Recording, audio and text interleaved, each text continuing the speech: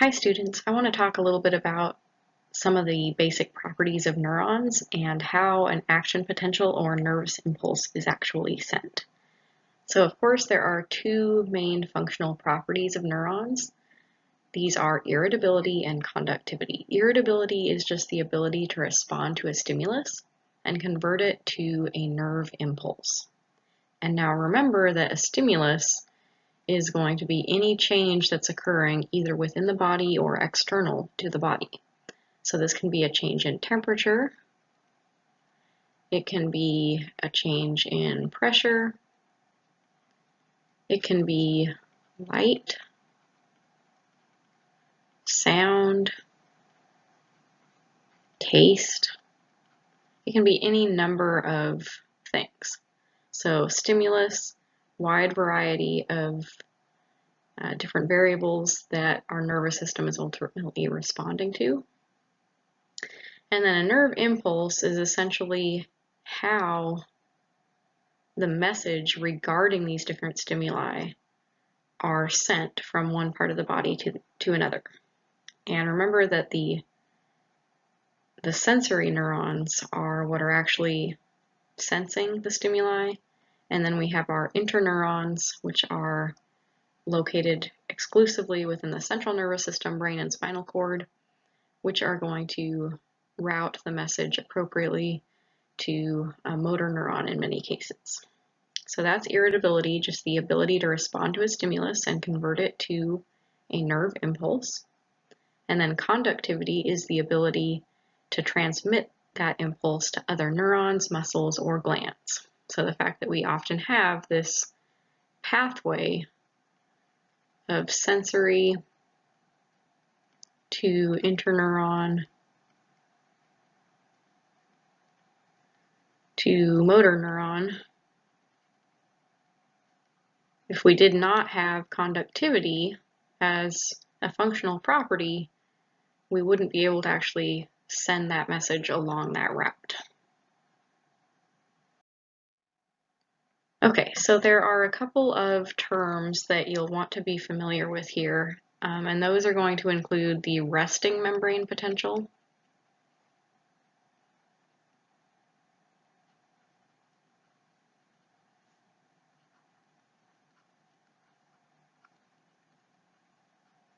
often just abbreviated RMP, and then the action potential.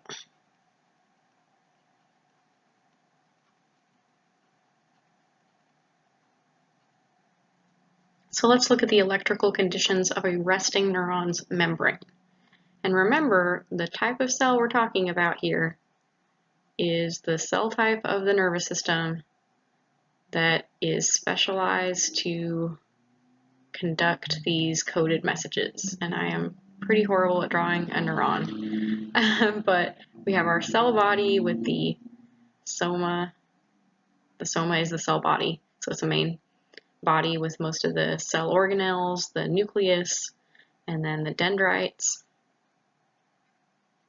which are often in synaptic contact with other parts of other neurons. We have the axon, which is the tail-like process, and then the axon terminals.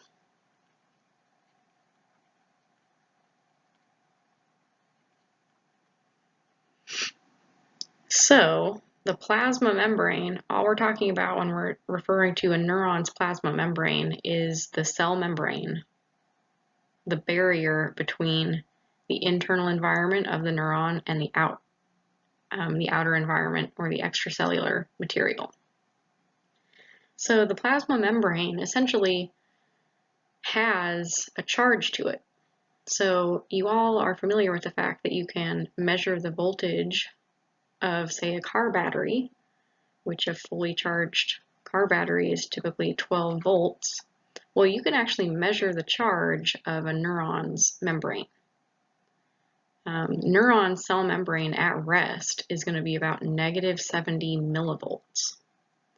So it's a very small charge compared to, say, a car battery, but it's still reflecting a difference in ion concentration in the internal part of the cell versus the outer environment. So what this is essentially telling us is that the inside of the cell is more negative than the outside of the cell. So negative 70 millivolts is the resting membrane potential. And there are several factors that contribute to that negative 70 millivolt number. There are fewer positive ions inside the neuron's plasma membrane than outside. Potassium is the major positive ion that's inside the cell, and sodium is the major positive ion that's outside the cell. And typically there are more sodium ions in the extracellular fluid than there are potassium ions in the intracellular fluid. And since they both have a positive charge, having more of the positively charged ion outside the cell is going to help contribute to that negative 70 millivolt measurement. So as long as the inside of the membrane is more negative, meaning there are fewer positive ions than the outside, then the cell is going to remain inactive. And another factor that contributes to the comparatively negative environment within the cell are all of the proteins, as well as other cellular molecules, are abundant, and they typically have a negative charge. So those are going to help contribute to that negative 70 millivolt value as well. Okay, so resting membrane potential, this means that the cell is polarized. Anytime there's a difference between the environments outside a cell and inside a cell, you have a polarized environment. Think of today's political climate. It is highly polarized. There is a difference between the two major political parties and the viewpoints and policies put forth by both. So polarization basically just means there's a difference. So in the resting state, the external face of the membrane is highly positive. Again, basically there are more positively charged ions outside the cell. Its internal face is slightly negative. Again, there are more negatively charged particles inside the cell, and there are fewer positively charged ions. So the chief extracellular ion is going to be our sodium, Na+. Chief intracellular ion is going to be potassium, K+. So the membrane is relatively impermeable to both of these ions, which helps to maintain that gradient.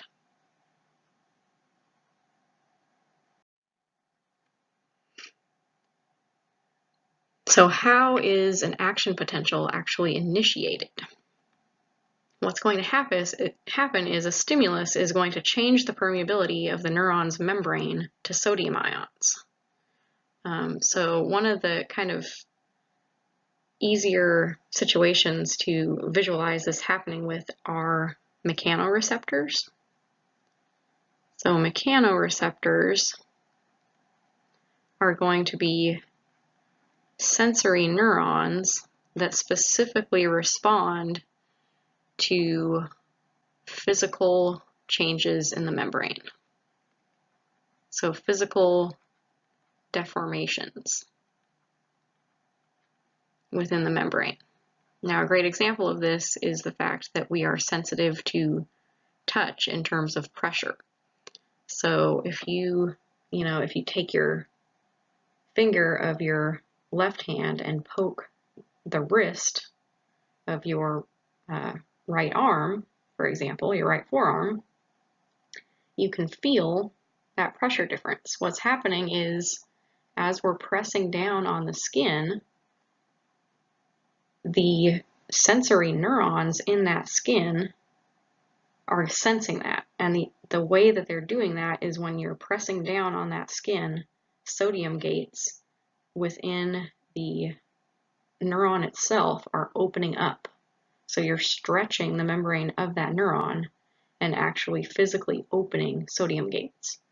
So sodium is going to rush into the cell, diffuse into the neuron, and that inward rush of sodium ions is going to change the polarity at that site, and that's what we call depolarization.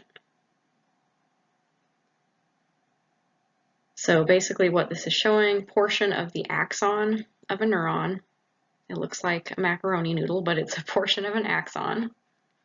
And you see here that sodium has been allowed inside the cell. So that is essentially disrupting our resting membrane potential. So a stimulus changes the permeability of a localized area of the membrane. Sodium ions are going to diffuse into that cell. That changes the polarity of the membrane because you are bringing in more positively charged ions. So the inside becomes more positive, the outside becomes slightly more negative at that particular site.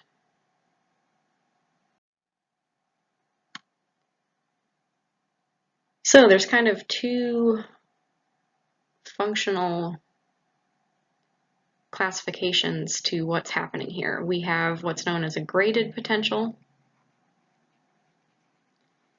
And if that graded potential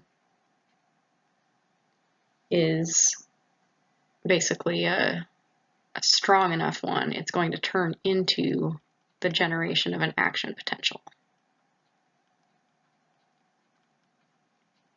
So a graded potential is essentially just a localized depolarization, again at a fairly small localized area of a neuron. So again, the inside of the membrane is more positive, outside is less positive. And if the stimulus is strong enough and the sodium influx is great enough, then that local depolarization is going to activate the neuron as a whole, and it's going to conduct an action potential, otherwise known as a nerve impulse. So here we have depolarization and generation of an action potential. And you'll notice also this caption mentions that membrane polarity is reversed, meaning in this area there are relatively more negative ions outside than inside because you've had this influx of sodium. So the propagation of the action potential is essentially like a chain reaction that's occurring as a result of that initial influx of sodium. So if enough sodium enters the cell, the action potential or nerve impulse starts and is propagated over the entire axon. And it's also important to note that fibers, meaning the axons, if those fibers have myelin sheaths, they are going to conduct nerve impulses more quickly. So remember that myelin sheaths are formed by two different types of glial cells. We have oligodendrocytes,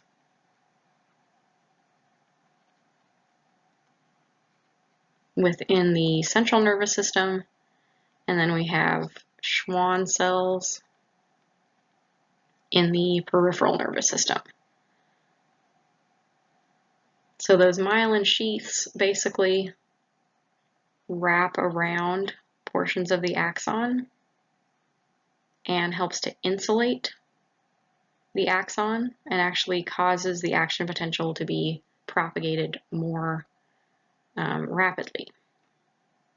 So here with this caption we have depolarization of the first membrane patch causes permeability changes in the adjacent areas of the plasma membrane, and the events described previously in step 2 are going to be repeated. So thus the action potential propagates rapidly along the entire length of the membrane.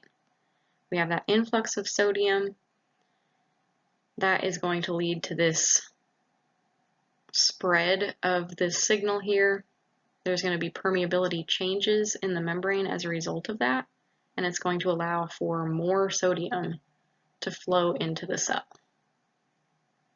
So further depolarizing that entire axon. So what I've just described with the conduction of an action potential, that is a nervous impulse. Now what happens once that wave of depolarization has passed is what's known as repolarization. So repolarization, all that means is you have the establishment of your resting membrane potential once more. So restoring the inside of the membrane to a negative charge and the outer surface to a positive charge. So how this happens is, again, it's caused by changes in membrane permeability. We have both sodium channels and potassium channels specifically that are going to open at different times during this process. So potassium ions are going to diffuse out of the cell as the membrane permeability changes, and that's going to restore the negativity on the inside of the membrane and the positivity on the outside surface. Repolarization is going to occur in the same direction as depolarization. So you'll notice here we have potassium diffusing out, and again, potassium is a positively charged ion, so if you're kicking positively charged ions out, you're going to be moving back towards that resting membrane potential.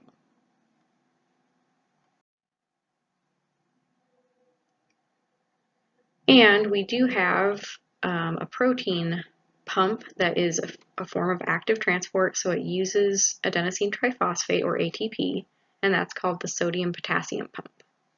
So that also plays a role in reestablishing resting membrane potential. So the initial conditions of sodium and potassium ions are going to be restored using that sodium-potassium pump. And for every turn of the pump, 3 sodium ions are ejected from the cell and 2 potassium ions are returned to the cell. Notice that we have the exchange of 3 positively charged ions. 3 positively charged ions are kicked out, while only 2 positively charged ions are brought back in. So that is going to contribute to our relatively negative environment on the inside of the cell membrane. So until repolarization is complete, a neuron cannot conduct another nerve impulse, but restoration of this resting membrane potential is generally very, very fast. So you can have localized areas that can't be stimulated for a few milliseconds, for example, but it's going to be a very quick restoration of resting membrane potential. And repolarization is kind of a continuous process along the length of an axon. So even if one localized portion of the axon cannot be stimulated to conduct another nervous impulse, another region is still able to respond to a stimulus and appropriately conduct a nerve impulse. So what this image is showing is your sodium-potassium pump. And this is essentially like any other built-in transmembrane protein that we've seen within a cell membrane. So this entire thing here is your sodium-potassium pump. It is a protein. It's going to be kicking out your 3 sodium ions and bringing in 2 potassium ions every time that pump is activated. Also note here, you'll see here that there is potassium and sodium diffusion that can occur across the cell. Basically, these occur through leaky channels. So we do have some kind of random movement of potassium and sodium that occurs that the pump helps to compensate for.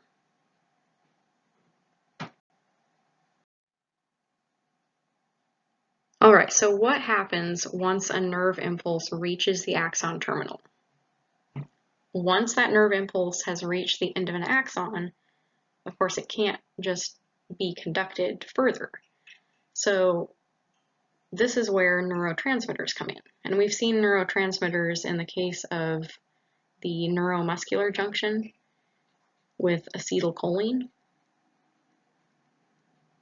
So a neurotransmitter is essentially a chemical message that the nervous system is going to kind of specialize in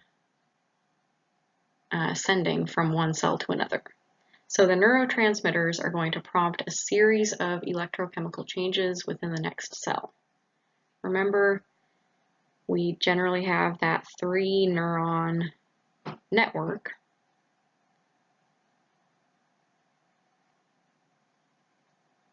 So if we have one neuron here, the axon terminal is right. This is one of the axon terminals. it's going to potentially be coming into contact with another neuron. And this is essentially how we can spread the message from one neuron to another. So action potential reaches this axon terminal, and neurotransmitters are going to be released from these little buds at the axon terminal. So neurotransmitters, just tiny little chemical messengers that are going to diffuse across an area known as the synaptic cleft, and they're going to be received by specialized protein receptors on the membrane of the next neuron or the other target cell. So that arrival of those neurotransmitters in that subsequent cell is then going to cause a series of changes that can propagate that action potential further along that transmission line, basically.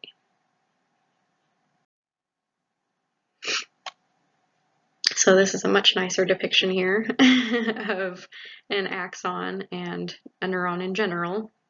So we have our, basically this is an axon of a neuron within a pathway here. You'll notice that it is myelinated. The receiving neuron is the part that is illustrated down here.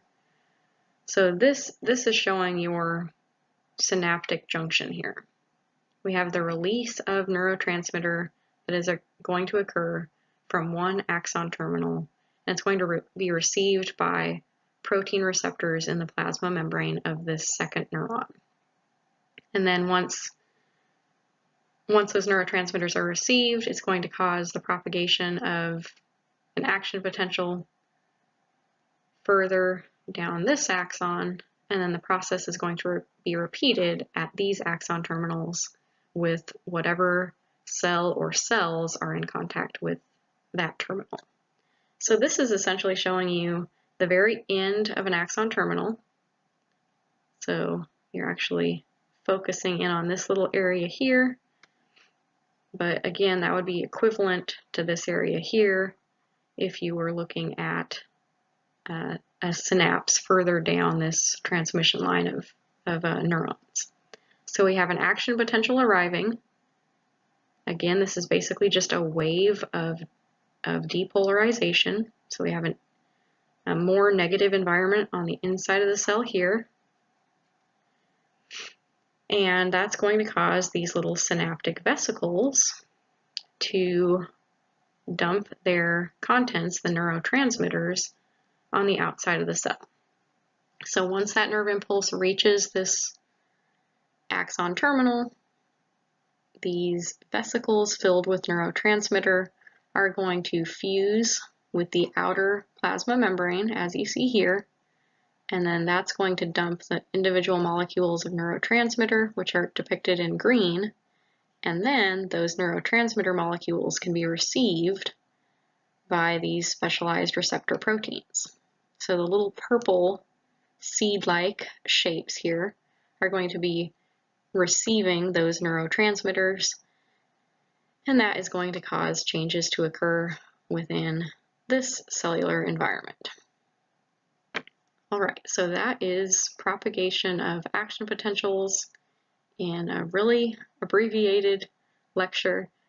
Please let me know if you have any questions, and hope you have a good day. Thanks for listening.